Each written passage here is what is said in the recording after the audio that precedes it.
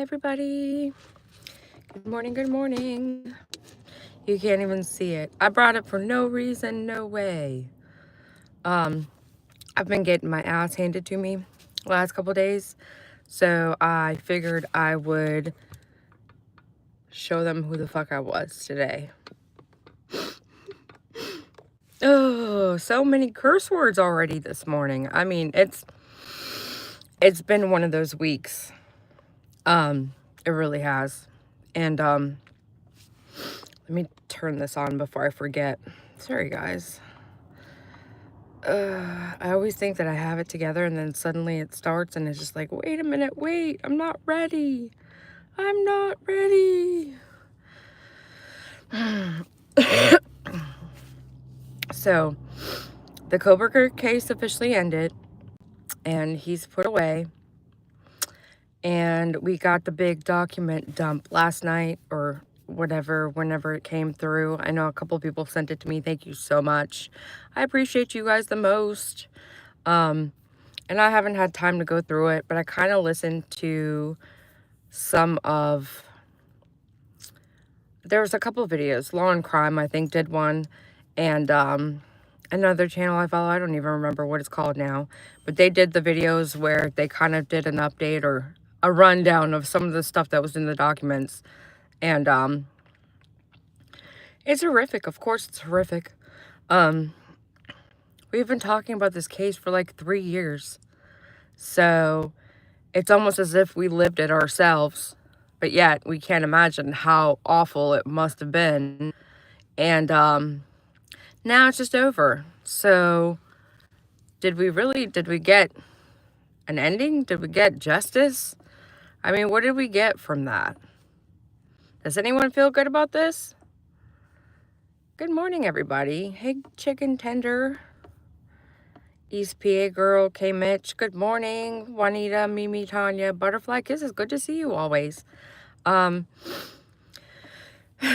personally don't think that we got much.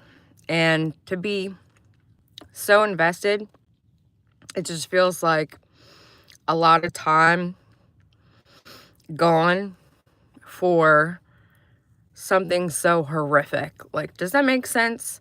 Not that, I didn't have my own choice in what I did or how I did it. We got cheated. Exactly. I'm glad I'm not the only one that feels that way. We got completely cheated. And there's nothing we could say or do about that. It's like we just have to just sit here and take it all. But I mean, did I really think that he was going to go to trial and that he was going to tell us, here, I bought the sheath here and there, and this is where the knife came from, and this is where the knife is hidden, and this is how I did it so quickly, and this is where my bloody clothes are, and did I really expect that? No. But I kind of expected a little more than what I got. I mean, I don't really even know what I expected. The crime was so horrific that nobody could really even comprehend why, how, what, when, where. Good morning, Turtle Gang. You rock. Thank you so much for posting my stuff. I really wish him unimaginable hell in prison, both BK and SS. Oh, I'm getting to SS next also. The family statements were horrific. I mean, I was at work, so I kind of listened as I could. I do a lot of face-to-face customer service now that I've got moved to a different position. And I got to tell you guys a story about that. Don't let me forget. Customer service has always been something that I've been in the position of. But sometimes I really need to learn to keep my mouth shut, because I'm going to tell you that first. Now, because we got to lighten up the mood a little bit. Would you even believe what he said? His last laugh would be lying about it. Amen. I wouldn't. Everybody should have known he wasn't going to speak because he's a coward. I didn't think SS would speak either. And about Maddie and the stuff that he said, I mean, is he really that deaf? Like, does he not read the room? Does he have some kind of social illness? Like, mentally, does he not comprehend that it's frowned upon? He had relations with a child he should have never had contact with? I just, ugh, SS, justice for Matty Soto, I feel like wasn't served really either. But at the same time, he's put away, BK's put away. We don't have to victimize these people anymore by going into details and what happened and what these people did to these poor victims. But SS is worse to me because I guess maybe because the fact that I have a child Maddie's age, I can't imagine. And the fact that her mother wasn't at that trial makes me physically want to hurt somebody. I mean, it makes me want to rage because how dare you offer your child up on a silver platter, allow it to be happening, whether or not you knew, or you deep down in the back of your mind knew. There's no way in hell SS was doing the things that he was doing to Maddie, and her mother had absolutely nobody, like, no clue as to what was going on. There's no way. There's no way in hell. To me, as a mother myself, I feel as if Jen Soto is more responsible for what occurred to her child than he is. Does that make sense to any of you guys? As a mother, it's like, I feel like you should be the one that's protecting your child from monsters like this. So if it happens one time, okay, you're bad. You made a mistake and your judgment slipped up. You allowed a certain person around your child and there was an accident or there was a mistake. Welcome, Turtle Gang. Thank you for becoming a member again. But then if you allow it to happen over and over and over, she slipped up. She slipped up real bad when she said the comment about the Woody Allen effect. And then there was that certain thing that we got told while the trial was coming up where they were allegedly texting, Stefan and Maddie were texting back and forth about some type of pregnancy coin, who was going to change the diapers, that type of thing. How are they hiding that from Jen if that was what was going on? Like, did she think she was pregnant? Inmates watch TV, so don't think these guys will have fun in there.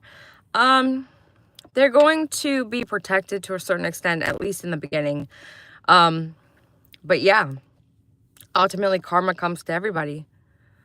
Ultimately, you get yours. Whatever you put out, you get back tenfold. I truly believe in that. I believe in that 150 million%. And I do too. Butterfly kisses, I do feel as if Jen did profit off of the abuse. So for her to just be sitting back pretty, didn't even bother, like, she didn't even write out a statement to say about her daughter. And I was thinking, okay, well, what if she's like in a mental facility or something? She's not. When Maddie's bio dad went to get her ashes, he picked them up from her sister's house. So what? She's just hiding out at her sister's house, just being a complete coward? Like, at some point, you've got to face reality, boo-boo. Like, you really literally need to just stand in front of a mirror and, like, look at yourself in the real time and face it. Face reality. Face the stuff that's happened. Face the stuff that you've done. But to me, Jen Soto is worse than Stefan, because had she been a mother and had she stopped and recognized what was happening, maybe the first couple times or initially when it started to happen, she would have been the one as the mother to say, this is unacceptable behavior. It's done. It's over with. We're not doing this anymore. Don't come anywhere near us, or I'm going to go press charges on you, and this is not okay. But instead, in my opinion, she chose to either witness it and participate in it and profit off of it, or she chose to tell herself that that wasn't happening. And that's why I think that she hasn't been charged so far, is because when you ask her, hey, what happened? Do you know about this or this? She says, no, I have no clue. Thank you, Turtle Gang. You're the best. She couldn't even slither out from the rock she's under. No, she couldn't. She could have stopped it years ago. Exactly. Good morning, Helena. Good to see you. But that's the thing. It's like, had she awoken from her selfishness, she would have and could have and should have instantly pressed charges on this man for what was going on. Instead, it's almost as if she didn't think that there was anything wrong with what was happening. It's almost as if she didn't, like, when the detectives asked her the questions and she was being questioned in the very beginning, when they said, you know, he was essaying her, thank you, Belinda, good morning. She said, but Maddie's somewhere. We gotta find her. And it's almost like she was saying something like to the effect of like, well, but that's not that bad as long as he didn't unalive her. And I'm like, if somebody is like, I always try to look at things in life and situations, scenarios, whatever, whether it's something I'm a part of or I'm not. I always try to look at the situation and place myself in the other person's shoes. Like, how would I deal with this? How would I react if this was happening to me? How would I stand up to this? Or how would I say this to that person? Or how would I take it? Coming see you. I love the little emojis. You guys are the best. Thank you, Elena.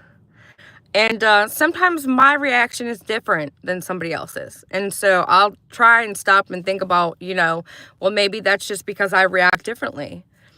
Thanks for being here for 3 months, Carmela. But things are usually pretty uniform as for people and behavior. That's why there's certain criteria and certain lists that, you know, even the FBI looks for when an initial crime is committed and the very first 911 call. There's people that analyze that call, and based on how you act, the things you say, the things you do, is how they'll determine eventually as to if you're an innocent party.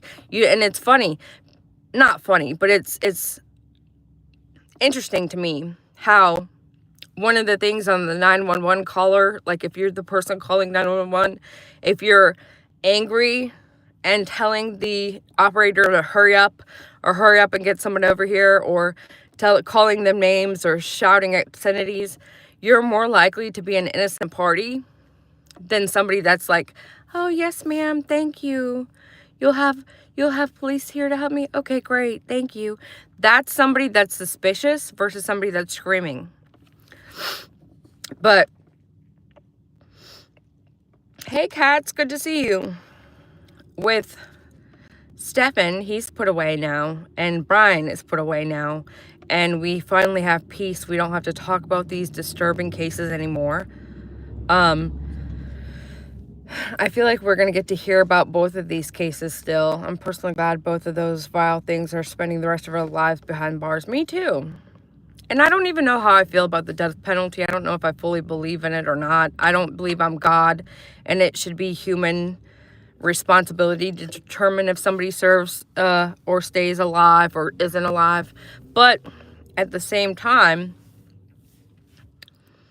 I feel like if it is what it is, that's what it is. But with the death penalty, I almost feel like somebody would get, like, if prison is so bad, which it doesn't seem like it is, but if it was, let's say it was, wouldn't you get an easier life if you were just taken out sooner versus later? Does that make sense? I don't know. I don't know how I feel about that whole thing, but the fact both of these people get to breathe air is what upsets me, ultimately. It's like, you still get to breathe air while these poor victims are gone. You can't get them back. They're just gone. And here you are living, breathing air. But they're going to be, both of these high profile victims, monsters, they're going to be living in protective custody for a minute. All of them somehow seem to be getting transferred lately, so who knows. We got Adam Montgomery here in Virginia Thank you, Miss Kathy. But Olivia's victim statement was outstanding. Man, I got goosebumps. Like I said, I was listening a little bit while I was at work. And I have really mean customers lately, which is why I brought my princess crown today, so I could remember who I was and possibly tell these people who I am. But, good morning, Rhonda. Olivia's victim statement, man, it caused me to think about a lot. And it was so brilliantly written out. You could see in his face that he was like, I can only imagine what, like, you don't ever know what a person like this is thinking. But it looked like to me, he was just like, God, I wish I could jump over this counter and stab you right now. Like, I just can't. She told him to sit up while she was speaking to him. And I was getting goosebumps trying to listen to it at work. It was just so good. So good. I mean, so well written out. So well spoken. She asked him a bunch of questions that I feel like all of us really want to know. But would we ever? I mean, he's never going to... he's never going to admit to any of that. He's never going to answer any of those questions. He's never going to fully give what he did. And I mean, that's fine. He can have that. But he's going to have to sit in jail. And that's too funny that she said the only thing he failed worse than his rapping career. I went to look up the song. He did make a rap song. I had no idea. I was just sitting there like, no, he made a rap song. Man. That just seems like he really wanted to be somebody. He wanted to be cool or something. But, how'd that work out for you, buddy? She asked him what was the other weapon that he used on Kaylee. We didn't know anything about anything like that. She said, how was he stargazing? She said, how are you stargazing with your bad vision? He had visual snow issues as a child. I don't know. Are they not basically, did his parents not get help for that? I honestly, what I really think of Koberger, he lives in the exact same area that my ex-husband lives in. Like, I could probably figure out how to drive to his house from going to my ex-husband's parents' house. Same little town, Albrightsville. And with how my ex-husband turned out to be, I almost feel like that land is like cursed or something. Does that make sense? I don't know. It's probably not. It's probably nothing. And I'm probably just sitting here thinking of how to be evil back. But was his parents there? His mom and his sister were there. And apparently when he walked in, his mom started sobbing and the sister had to comfort her. And I can't imagine that because I mean, I kind of feel sad for them too. How do you prevent your child from being a freaking murderer? Like, does that even, oh God, I just can't imagine. And I mean, I feel so sad for her, because of course, like that's her son still, but they have to recognize that he's this monster. And I mean, sometimes that happens. Man, it's nothing like Stephen Stern's, his parents seem to just be completely coddling him throughout all of his life. And that doesn't work out either. It's like, I also believe people can be possessed by the devil. I also believe it. No excuse for social path. Thank you, R. Taylor. 6 months. I do believe it. I believe that you can be possessed by the devil. But so now that we've got these things out of the way, the case of Mamta Bhatt, she was unalived by her husband here in Virginia. That's coming up at some point. I wonder if Dolly may want to go to that now that these cases are over. I'm going to remind him. I think he might have forgot about that case. We actually went there and personally helped them. You too, R. Taylor. Have a great day. They're saying his dad was there too. He didn't come out after it was over, and his mom and sister though. News Nation and others say he was there. Wow. I thought his dad was a coward and stayed home that day. His dad has been getting accused a lot behind the scenes of possibly just knowing or helping him some sort of way. And so, yeah, I mean, there's no way that we can know that. Oh, yeah, I saw that. The case in Pennsylvania where the husband murdered the first wife and the second one just recently happened. That was the one where she was found on one of, like, the old properties he owned. I think his dad is a coward also. Yeah. It's very easy for me to sit here and say, like, oh, he's a coward, or oh, he did this or that. But, you know, we don't know what these people truly went through, or what they did know or what they didn't know, or how they felt, or you know what I mean. I thought I saw him, but he kept leaning forward, but I couldn't tell. That's why I asked. Interesting. So then maybe he was there. I only saw the mom and the sister. Did he not sit with the family? She also came into Dolly's chat, a friend or a cousin maybe. Yes, I remember that. He spoke to one of the relatives in the chat also. And then in DMs. But what was I gonna say? I was gonna say something. Oh, I didn't tell you guys the story. I gotta hurry up because I gotta tell you the story. And it's getting hot in this car. I'm about to turn it back on. You guys hold on.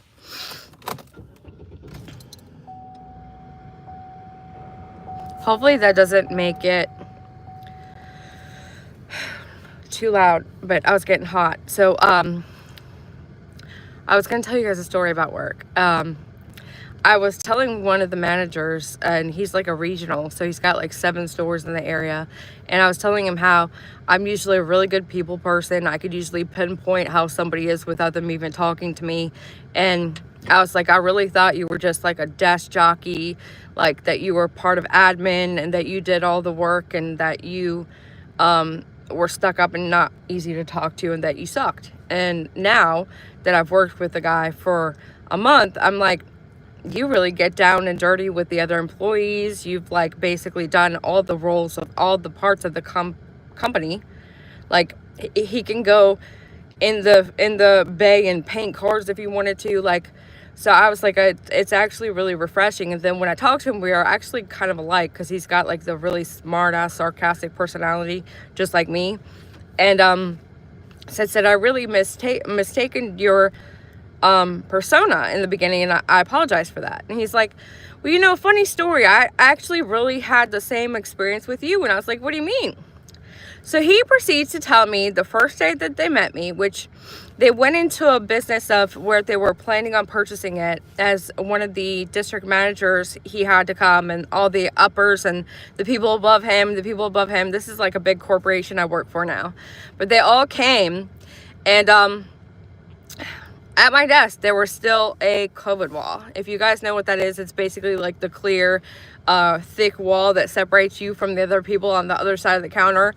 And I'm like, oh God. He's like, so yeah, we come in, and the big guy, JP, and I'm like, oh, this is not going to be good. He said, I just could not believe what had happened and what you said to this man. And I'm like, all right, spit it out. And he's laughing because he's like, I didn't even know what to say. And that's very rare. Like, I didn't even know what to say back. Like, I was just sitting there just shocked. And that's a rare moment for me. And I'm like, okay, what happened? He said, the boss of the boss of the boss, like the third person down from the whole last owner of the company, comes up to me and says, why is the COVID wall up still? And my stupid ass told this man that this wall is up there because I don't like people that much. And here they are coming to inquire about purchasing this company, which I'm like front and center of at this point. And I guess this man looked over at my boss and was just like, what are we supposed to do with this bitch? Like, what did she just say to me? And of course that's not true. Like, clearly I love people. I just was being just a complete smart ass. And so he's like, here I am. If it was me and you had said that to me, I would have just told you, yeah, hell, me neither. But, you know, you need to take this down. But you said it to somebody that was so uptight and so opposite of the views of you and I, that he was looking at me. I'm thinking we were about to have to go take your ass out. We still talk about what you said to this day. Like, I'm like, so I'm known as the girl that I'm known as the girl that don't like people. But yeah, he said, you know, I'm very good at what I do and my interactions with people. And so he got the wrong impression as well. So that was great. I'm like, ugh, sometimes I really need to just keep quiet and stop talking, right? That was embarrassing.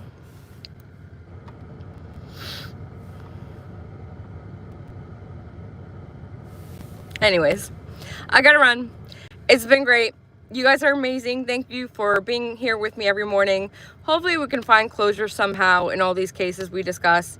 I don't know that we got justice, but we don't have any control over that anyway. So what are we gonna do?